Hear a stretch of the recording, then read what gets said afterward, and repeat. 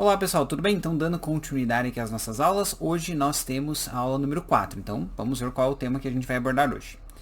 Então, temos aqui o seguinte, aula número 4 das partes. Então, veremos quem pode ser parte aqui no Juizado Especial Civil.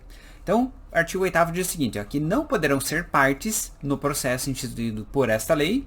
E aí temos lá o incapaz, então quem é menor de 18 anos, o relativamente incapaz, o absolutamente incapaz, não pode ser parte aqui no Juizado Especial Civil, né? O preso também não pode, as pessoas jurídicas de direito público, porque aqui no Juizado Especial Civil, a gente não tem essa possibilidade.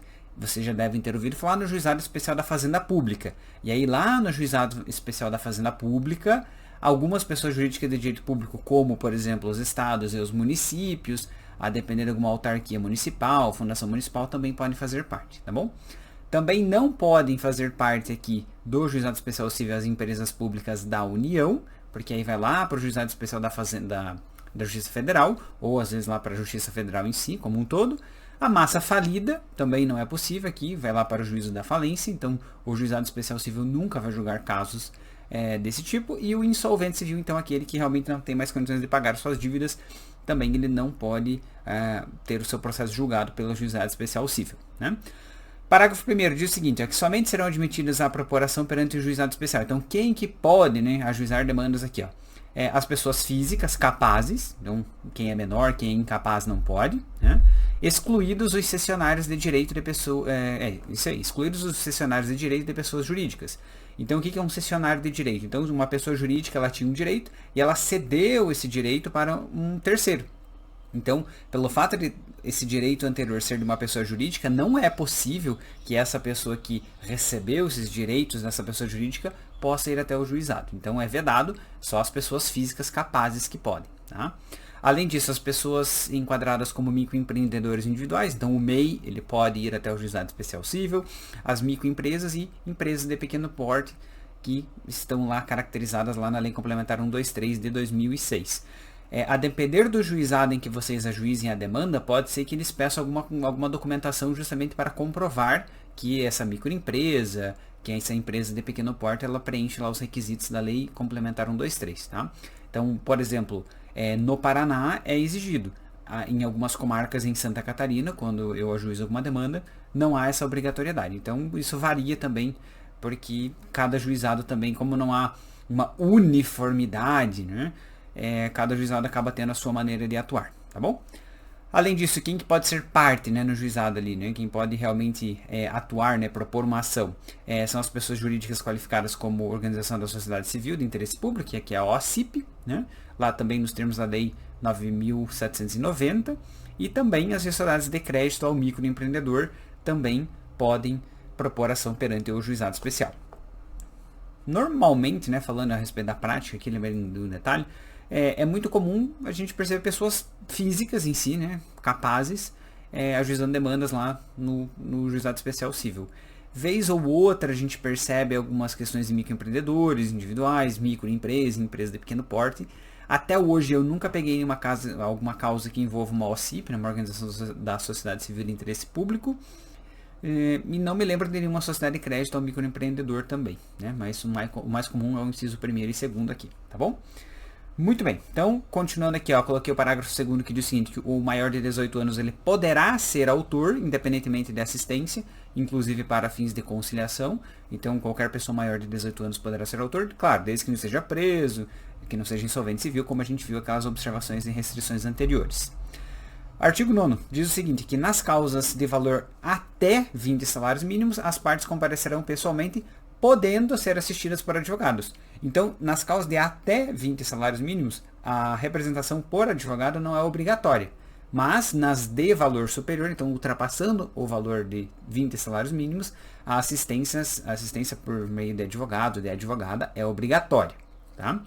Além disso, parágrafo 1º diz o seguinte, que sendo facultativa a assistência, se uma das partes comparecer assistida por advogado, ou se o réu for pessoa jurídica, ou firma individual, que hoje em dia é o que a gente chama de empresário individual, terá a outra parte, se quiser, assistência judiciária prestada por órgão instituído junto ao juizado especial, na forma da lei local. Então, se uma das partes tem advogado, é possível que a outra parte lá, que não tem advogado, também vai ser esclarecida a ela as vantagens de ter um advogado, e se porventura ela não tiver como arcar com os valores, aí há essa concessão de assistência judiciária prestada por esse órgão lá que funciona junto ao juizado especial. A depender da comarca, isso varia. Então, por exemplo, aqui no Paraná, em comarcas médias e pequenas, normalmente há uma indicação de algum membro da OAB para que se assemelhe ao que um advogado dativo faz, né? Só a título de esclarecimento aqui, tá? Aí o parágrafo 2º diz o seguinte, que o juiz alertará as partes da conveniência do patrocínio por advogado quando a causa recomendar. Então é aquilo, a gente recomenda, às vezes, olha, essa causa que é complexa, é melhor que o senhor contrate um advogado, é melhor que a senhora vá até um escritório de advocacia, porque existem pontos que só a própria pessoa, sem auxílio do advogado, realmente não consegue fazer. Né? Não consegue entender. Por mais que a gente saiba, o juizado especial civil lá, não precisa de advogado, é fácil. São coisas assim, uma coisa é ser simples, né? Outra coisa é ser fácil. Então são coisas diferentes. Então o que a gente tem que ter em mente é que não é porque não precisa de advogado que agora, imagina lá uma revisão de um contrato de empréstimo. Não é algo simplório de fazer, existe todo um cálculo que deve ser feito, analisar a viabilidade da ação.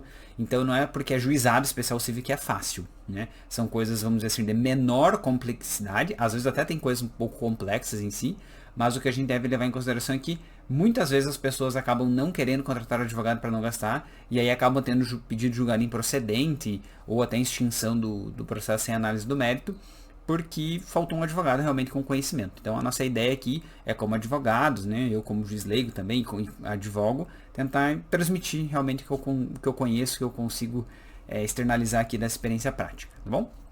Parágrafo 3º diz o seguinte, que o mandato ao advogado poderá ser verbal, salvo quanto aos poderes especiais. Então, às vezes lá o advogado acaba comparecendo só na audiência, não houve uma juntada antes de uma procuração, nada nesse sentido. Então, lá na audiência é possível ser feito oralmente essa declaração, né, que o advogado está representando a parte autora, a parte requerida, e esses poderes especiais, se realmente houver essa concessão, aí eles de fato têm que ser por escrito, tá? E o parágrafo 4º diz que o réu, sendo pessoa jurídica ou titular de firma individual, que novamente firma individual hoje em dia é o empresário individual, ele poderá ser representado por preposto credenciado, munido de carta de preposição. Então a carta de preposição, que é essa carta que diz que você está trabalhando, está servindo como preposto naquele processo, né, com poderes para transigir, sem haver necessidade de vínculo empregatício. Então não há necessidade que a pessoa trabalhe para aquele requerido ou para a parte autora, por exemplo, desde que exista uma carta de preposição com esses poderes para transigir, ok, não há necessidade de vínculo empregatício, tá bom? Maravilha, vamos ver aqui o que nós temos ainda. Ainda temos lá o artigo 10 que diz o seguinte, que não se admitirá no processo qualquer forma de intervenção de terceiros, nem de assistência. Então, não há a possibilidade de chamamento ao processo, né?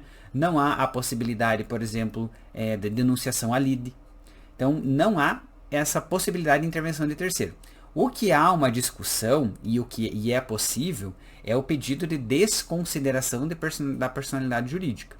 Então, assim, lá no Código de Processo Civil de 2015 está o incidente de desconsideração da personalidade jurídica, ele está lá caracterizado, ele está classificado como uma intervenção de terceiros.